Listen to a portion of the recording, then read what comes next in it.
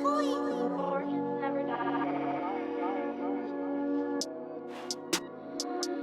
you guys doing? This is Atari, and we're back at it with another video. Just want to say Happy New Year to everybody. Merry Christmas or anything you celebrate. Just happy holidays.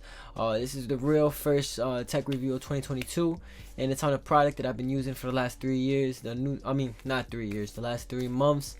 The newest MacBook, and my take from a student's point of view and a creator's point of view. Do I recommend it? Do I not? You'll figure it out in this video.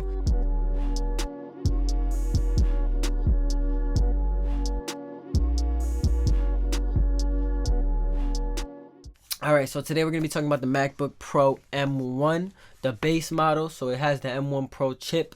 That's the newest chip that came out. There was the M1 Pro and the M1 Max. The M1 Pro chip by far is definitely an overload chip for the average consumer, average user. I've been able to basically breeze to any task that I have and just put it on this machine, and it's been able to do it. I use Pro Tools to make my music, and it really has had no issues with any type of problems. Like, I really haven't had any problems. And I'm coming from a MacBook M1 Air. If you guys check out that video, I actually reviewed that last year. I think the M1 Pro, it doesn't really push the MacBook to its full capacity, mostly because a lot of apps aren't really ready for that next jump of technology. So the M1 Pro is kind of being held back, and I can kind of compare the M1 Pro to the iPad Pro M1 because both of them just have overload chips, and unfortunately the software is just not able to take advantage of that. The pros and cons of this computer: the pros that I say are that the base model has a good amount of storage. It actually comes with a really decent amount, 500 gigabytes on base storage on the SSD, and it comes with 16 gigabytes of RAM. So any task that you really got to do is good to go. So 500 gigabytes is a really good place to just start off. You want to add storage, you can get an external SSD. So I just got the base model, and it's definitely a good place to start for pros and people that are considered heavy users. The next thing that I would say is a pro is that no more dongles. I used to use this Anchor dongle right here. I use it on my MacBook Air, and it was a great device. The only thing I do use this for is the USB-A port, but besides that, I don't really need this dongle. I hold it just so that when I need USB-A, which is not often, I do have it, but the SD card and anything else that I need is really all on the MacBook, which is definitely a plus with this MacBook because they kind of went back in time with it and just put everything on the actual device itself. But you do notice it because the MacBook is thicker, so that might be a pro or con for you if you want your computer to be thicker or heavier.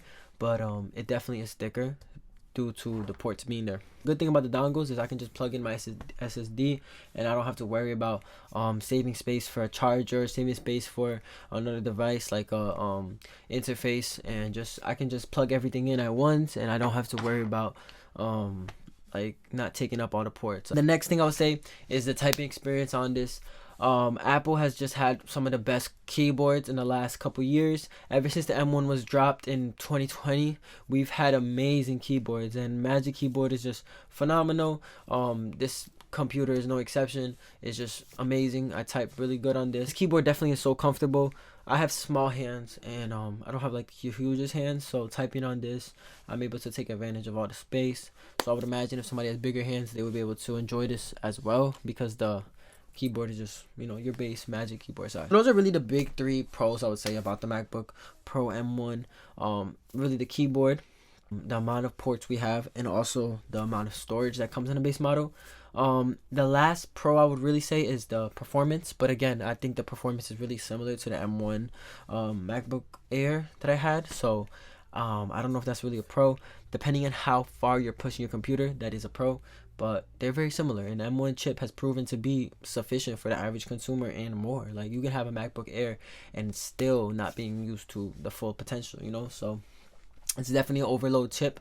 M1 Pro is just very much ahead of the time, and hopefully in 2022 we will see it being used more and more optimized for the for daily pros. But you just gotta wait a little longer. It's only been out for 3 months, so that's probably why. Now let's get into the cons.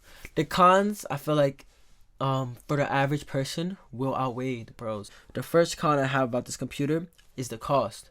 The cost of this computer is so expensive that it doesn't justify the use case for this computer. Like, for me, I got it because I was like, you know what, I'm gonna future proof myself. I don't want to be buying no more computers. The M1 Air is good, but I already spent $1,000 on it. I was like, you know what, let me just, get the latest model of the MacBook Pro, so that I can, not have to upgrade in the next couple years. Average person that's dropping $2,000 on this, if you want to really future proof yourself, I would get it.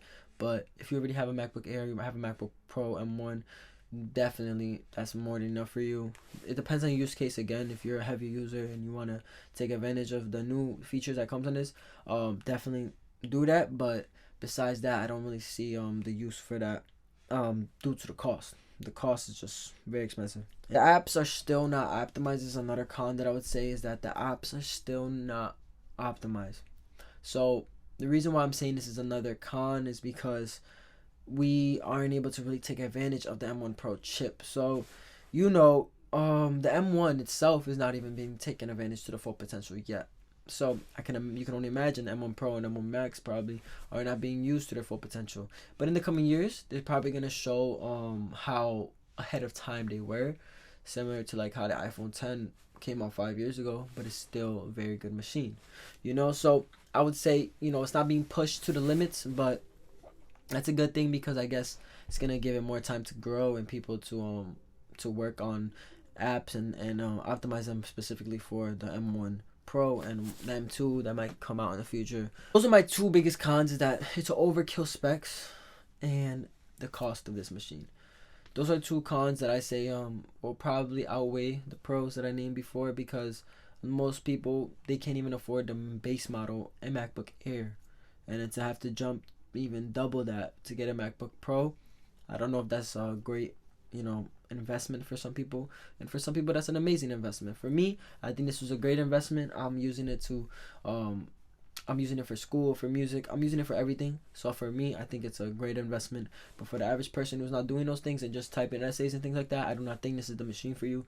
Do not buy this machine if you are just using it for school. If you are just using this for school, I would say go, if you really want an Apple product, go for a MacBook Air M1, and do not get this machine. Like, I'm telling you, do not get this. This is just too much for you. If you like the notch and you like those things, then if that's what you're gonna buy for it, then buy it for that. But this is not the design for you, and this is just a waste of money. No, somebody else can be using it to better use. Now, if you're a engineer, you're somebody who's making music, you're somebody who's editing on the go all the time, or even at home, I would say this is the device for you, because of everything it offers. Like, you can connect this to a couple monitors. I think it's 2 or 3, but like, if you're really gonna use this to its full potential and you're recording and you're doing music all the time, I would say go with this, because you're future proofing yourself. And as an artist, I don't like upgrading my computers every year. It's so annoying to have to transfer everything, especially with the cloud stuff. It just gets really annoying. Like, I've lost a lot of files. So I'm looking at this computer as, look, I'm gonna use this and I'm gonna use it until the wheels fall off. Originally I had a MacBook Pro 2012, and that thing lasted me all the way until like 2019. So that was a 7-year-old computer, and it was just running like a charm. And then I had upgraded to the MacBook M1 Air. Anything M1 is an amazing device. That's all I'm going to say. That's really the conclusion to this. If you are using this specifically for school, do not buy this. This is overkill specs.